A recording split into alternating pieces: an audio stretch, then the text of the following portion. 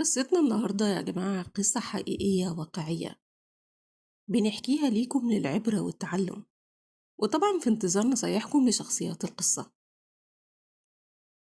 صاحبة القصة بتقول: أنا اسمي سما. مش مهم عندي كام سنة دلوقتي، المهم وقتها كان عندي كام سنة. أنا اتولدت وكبرت واتربيت في عيلة كبيرة قوي من أصحاب الأراضي، وأنا كنت البنت الوحيدة لأبويا وأمي. وعلشان الورث بتاعنا ما يطلعش بره العيلة أو حد تاني ياخده، بما إني أنا البنت الوحيدة، فأبويا وعمي الاتنين قرروا من وأنا لسه في اللفة إن أنا أتجوز عز، وعز يكون ليا. عز ده كان أكبر مني ب4 سنين، ومرت الأيام والسنين وأنا زي أي طفلة بتحلم بإنها تكبر وتتعلم وتبقى بفستان الفرح. لكن ما كنتش أعرف وقتها إن عز ده ليا. هو كان ابن عمي الكبير، بس كان قاسي عليا وشديد. يمكن كنا ساعتها أطفال، لكن كنت بخاف منه. كنت أول ما بشوفه بجري أستخبى في بيتنا. وعدت الأيام والسنين، وقبل ما أتم 18 سنة عرفت وفهمت كل حاجة. عرفت إن أنا مكتوبة العز وعز مكتوب ليا من وإحنا صغيرين، وإن أنا هتجوزه. صرت واتعصبت وقلت لهم مش من حقكم تجوزوني لحد أنا مش عايزاه.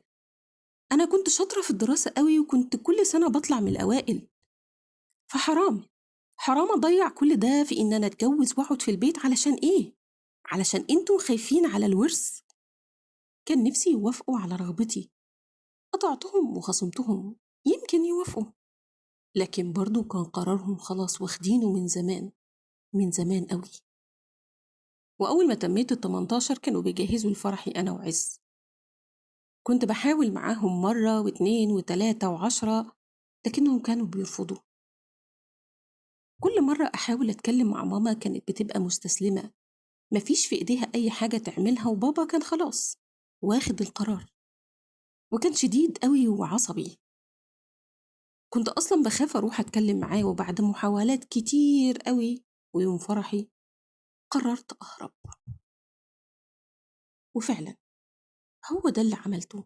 صحيتهم كلهم وكأني موافقة، وقمت ولبست فستان الفرح اللي هم اختاروه طبعا، وعملت الميك اب وشعري وبقيت زي أي عروسة يوم فرحها.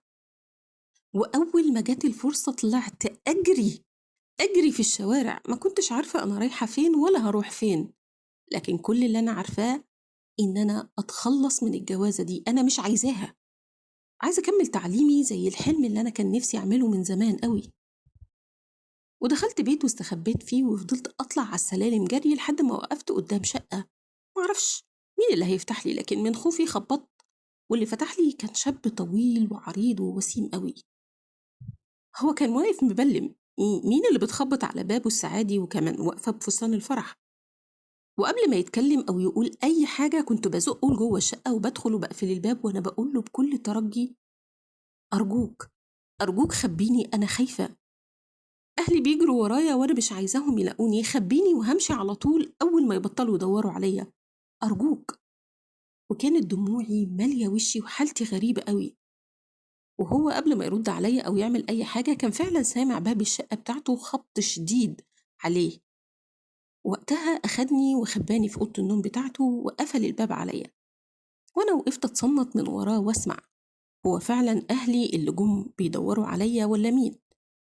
وبالفعل أول ما فتح كان والدي وابن عمي الاتنين واقفين قدامه، وبابايا بكل عصبية بيقوله: هي فين؟ هي فين اللي هتحط راسنا في الطين وهتجيب لنا العار؟ ساعتها الشاب ده وقف قدامه وهو بيقوله: انت مين؟ وازاي تخبط على بابي كده؟ انت ما تعرفش انا مين؟ ابن عمي رد عليه وهو بيقوله: هتكون مين يعني؟ اكيد واحد غوى مراتي علشان تهرب يوم فرحها وتجيله.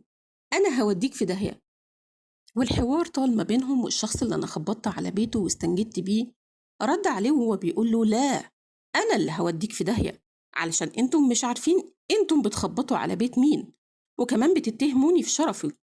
ولو سمحتوا امشوا، امشوا بهدوء، بدل لو ما مشيتوش انتوا هتندموا قوي. بابايا وابن عمي وقتها سمعت التوتر في صوتهم وهما بيسألوه: ليه؟ هو أنت مين يعني علشان تودينا في داهية؟ إحنا اللي معانا الحق. رد عليهم وقال لهم لا، أنا اللي معايا الحق.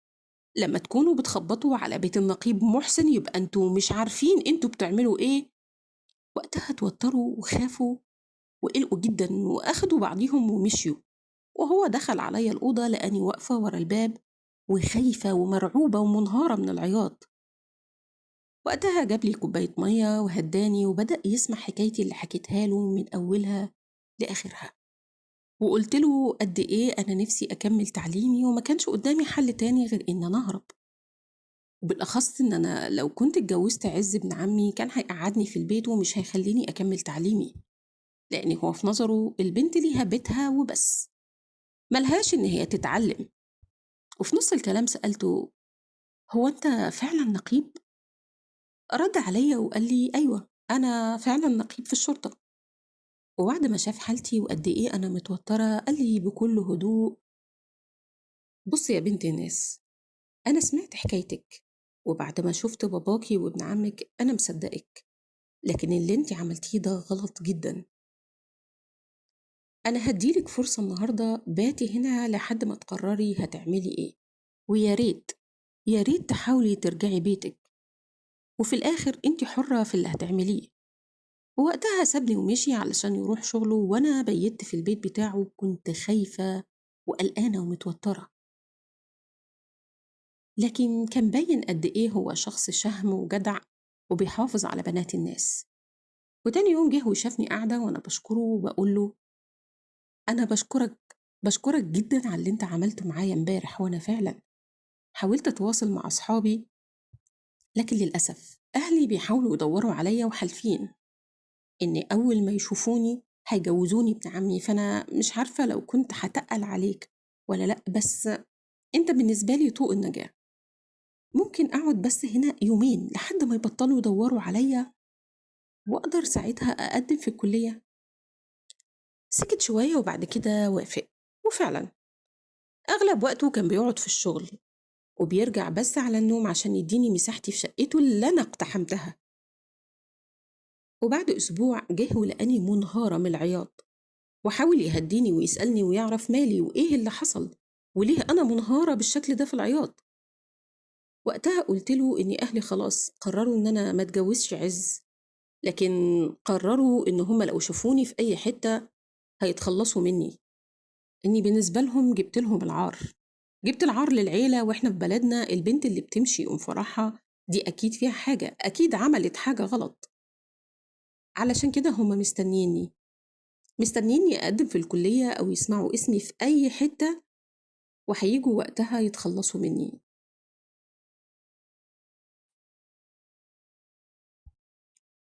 فأنا خلاص قررت أروح لوالدي واستسمحه، يمكن يسامحني أو يتخلص مني أو أي حاجة هو عايزها يعملها. لكن أنا كل ده عملته من الأول علشان كان عندي حلم إن أنا أكمل تعليمي زي أي بنت وما اتجوزش غصب عني. بس مادام وصلت للعرض والشرف أنا هرجع علشان أثبت له ولكل الناس إن أنا متربية أحسن تربية، وإن اللي عملته ده كان بسبب ضغطهم عليا، وإن هما ما سمعوش رأيي ولا حتى احتووني ولا طبطبوا عليا. وقتها لقيته بيقف وهو بيقول لي: طب يلا قومي البسي وأنا جاي معاكي. جاي معايا؟ جاي معايا فين؟ قال لي: لوالدك، ما أنا مش هسيبك تروحي لوحدك، وأنا عارف ومتأكد هما ممكن يعملوا إيه. ما كنتش فاهمة هو عمل كده ليه، لكن بصراحة اطمنت اطمنت إن أنا ممكن ألاقي حد في ظهري وحد سند ليا، يمكن شخص أنا معرفوش لكن لأول مرة أحس معاه بالأمان. ولبسنا ورحت لوالدي، وزي ما توقعنا والدي كان هيقوم ويضربني، لكن هو كان واقف قدامه وهو بيهدد بعينيه قبل نبرة صوته.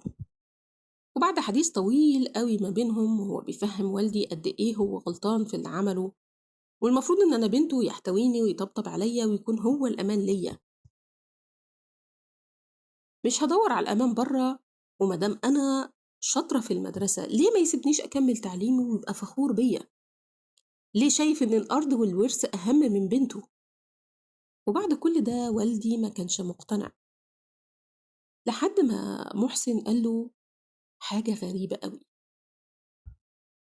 حاجة ما كانتش تخطر على بالي أصلا، حاجة خلتني أقف مصدومة وأنا ببص له، ووالدي بيثور عليه وهو بيقول له أنا هتجوز سما.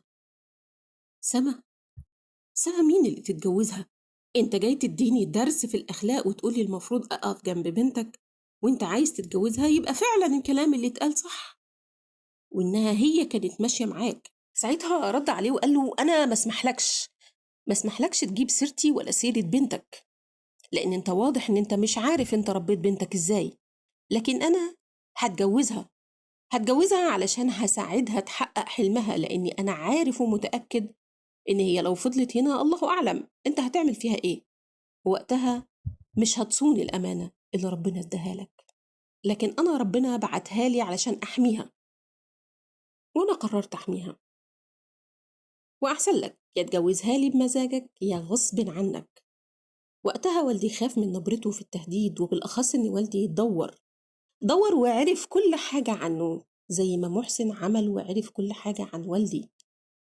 وفي نهاية اليوم كنت فعلا مراته، وأنا مش مستوعبة أحداث الأسبوع، وإني أنا كنت بهرب من عزة علشان أبقى مرات محسن.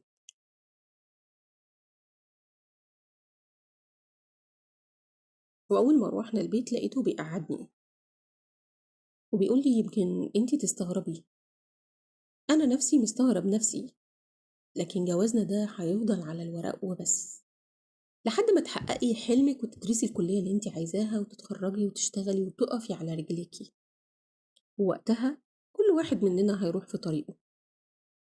أنا عملت كده علشان أساعدك، لأن عرفت وتأكدت إن أنا لو سبتك لوالدك وقتها كان هيعمل حاجات إحنا الاتنين ما كناش هنبقى مبسوطين بيها، فعلشان كده أنا اتجوزتك.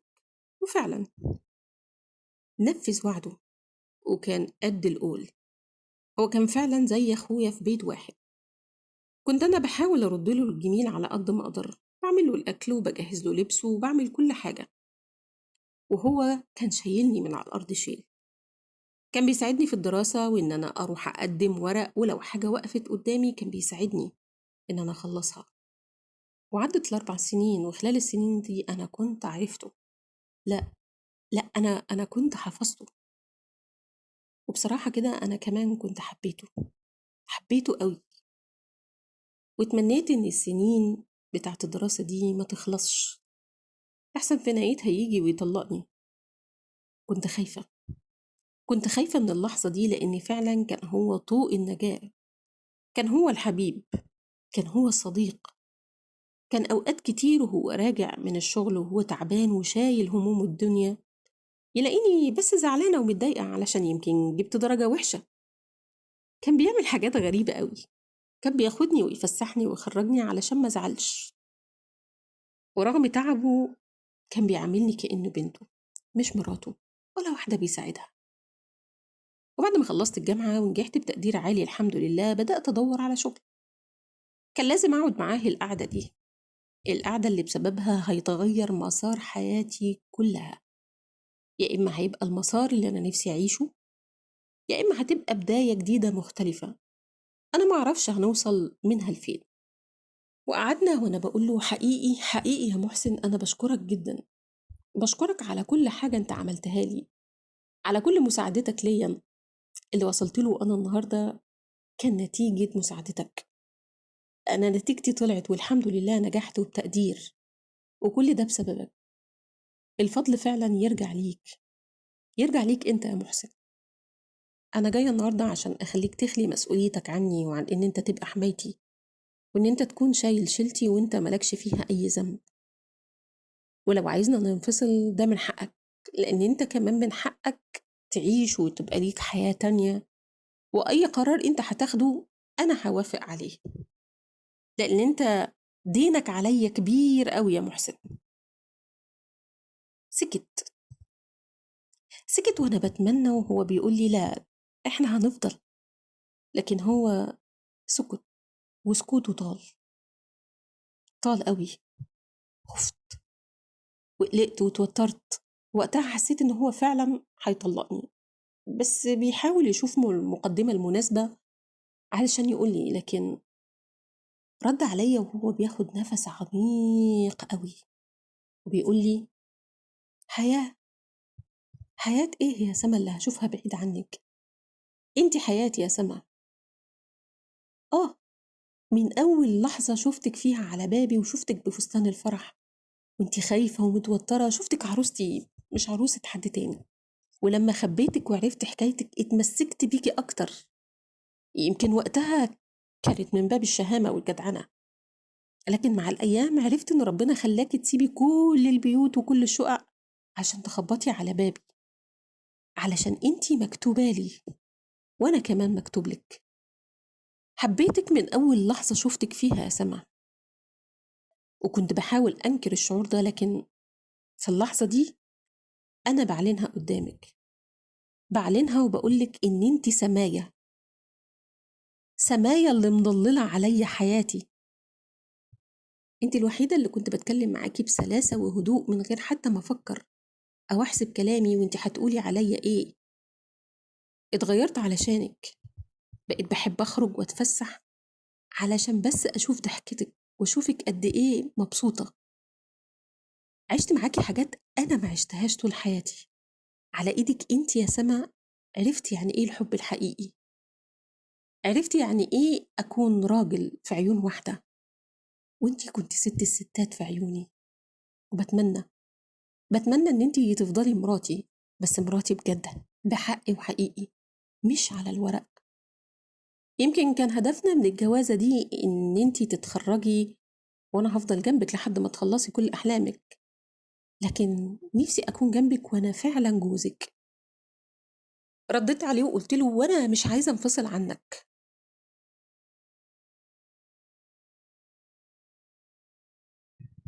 سكت وأنا كان قلبي بيرقص من الفرحة، ورديت عليه وقلت له: وأنا كمان، أنا كمان يا محسن بحبك، حبيتك وحبيت معاملتك ليا، حبيت إن أنت فعلا كنت أب ليا وعيشتني مشاعر كتيرة قوي كانت ناقصاني. وأنا جاية بقولك النهاردة الكلام ده، كنت خايفة، كنت خايفة إن إحنا ننفصل. اتمنيتك من ربنا في كل صلاة كنت بصليها، كنت بدعي وأقول يا رب تكون من نصيبي في النهاية. وأنا فعلا موافقة، موافقة إن أنا أكمل معاك لحد آخر العمر. اللي زيك ما يتعوضش يا محسن. وأنا وهو بدأنا حياة جديدة، حياة مختلفة. وساعتها عمري ابتدى من الأول معاه وجنبه وفي حضنه. وبكده تكون خلصت قصتنا النهاردة، لكن في قصص تانية كتيرة قوي لسه ما خلصتش ولسه هتبدأ. لو عجبتكم قصة النهاردة اشتركوا في القناة وفعلوا زر الجرس وقولوا لي رأيكم تحت في الكومنتات. سلام.